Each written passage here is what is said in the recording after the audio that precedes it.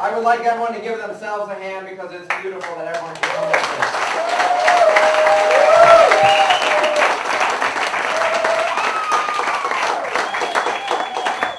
And now for your listening pleasure, I shall go into a true story. Maybe. Happy hour. My girlfriend and her girlfriends were going out.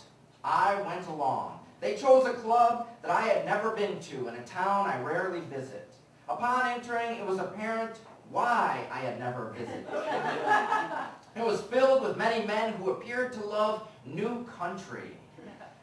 White wife-beater t-shirts, very short hair, lots of gold chains, pagers, cell phones, and bad dancing. I sat in the corner of the long, neon-lit bar, watching my girlfriend and her girlfriends run from table to table, giggling, whispering, flirting, dancing with each other and others, drinking fruity, multicolored, expensive cocktails, and giggling some more.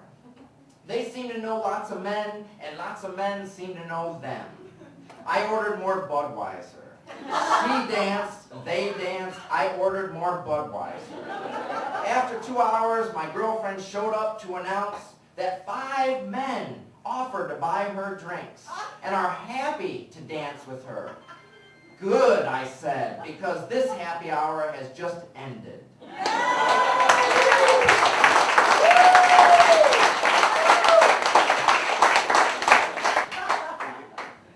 Ambition. Sitting at the bar, 4:45 p.m., staring out of the window, watching all of the opportunities pass by. I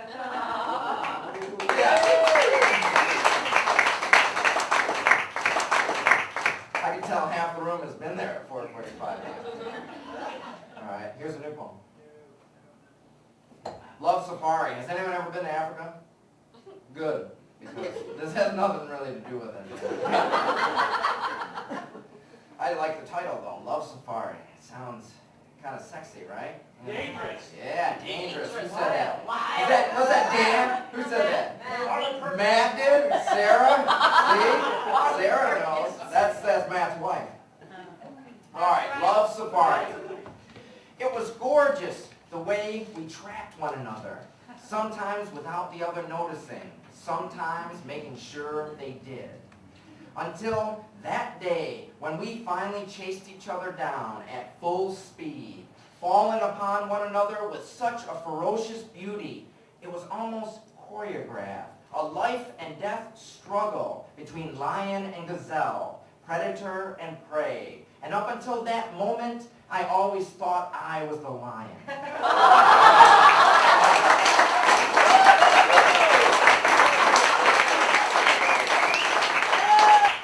Did I mention the books make great gifts? I mean, really, for any occasion.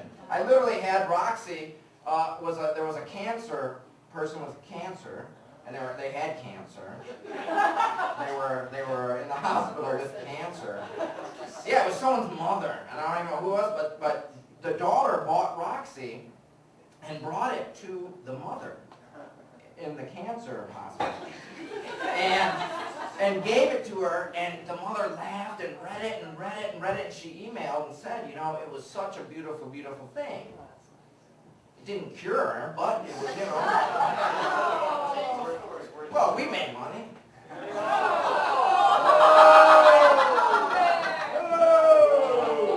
We gave the book for free to her. Okay, here's a poem. Okay. Mary Oliver. Yeah, give thanks. Give thanks. I listened to the poet read her poem, staring reverently, looking towards heaven. As she instructed us to give thanks, she repeated this demand. Oh shit, I don't want to read that one right now.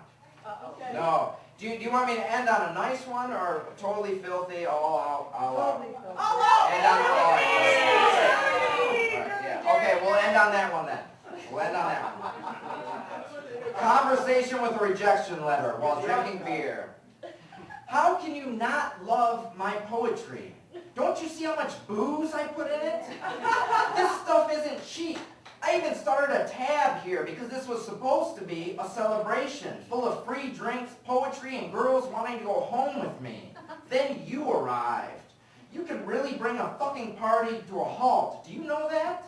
I put everything I had into those poems. My broken heart, my broken hope, my fucked up relationships, my view of the world, man.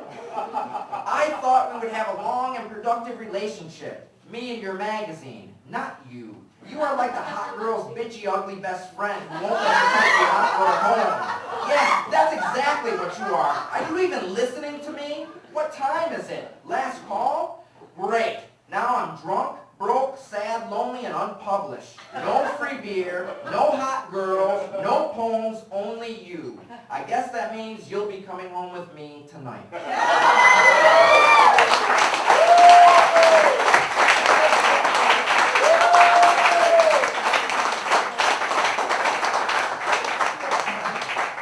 Okay, so we'll read the sweet one, and then we'll end with the filthy one, and that'll be your lasting impression of me. Till the morning. Except that you're huge. I hope. And it's gotta be fucking Will who remembers that and says it. Out of all the women here, this shit does not pay. I appreciate everyone being here. I think you're all beautiful and huge. All right, here's from the book. Buy the book, please support us, you know. Confessions. Earlier this evening, when you were leaning against the bar, drinking beer and cursing the performers, I wanted to steal you away.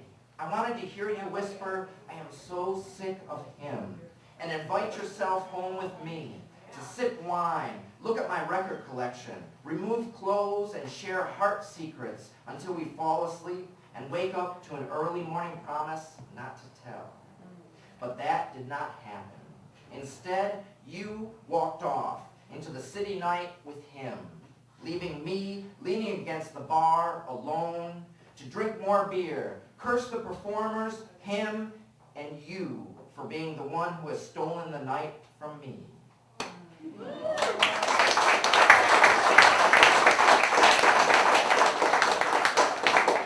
Okay. Switch to Skinamax. Yeah. We all watched it late at night, trying to get through the squiggles. Yeah, before I read this, I want to apologize to Julie's mom and dad. I normally don't write like this. But I was inspired by someone else's poetry, which wasn't filthy at all. So this is it, kids. The books are over there. Buy them. Here we go. Buy us a drink after. We are all going out to the bar. Everyone's invited. Please join us. Okay. Give thanks. I listened to the poet read her poem, staring reverently, looking towards heaven as she instructed us to give thanks. She repeated this demand throughout her poem. I have always had a difficult time with people telling me what to do, especially in poetry. But I went along and thought hard and serious about what it is I am thankful for. After the reading, I told her that her poem telling me to give thanks really made me consider it. She was pleased and asked what I came up with. I give thanks for blowjobs.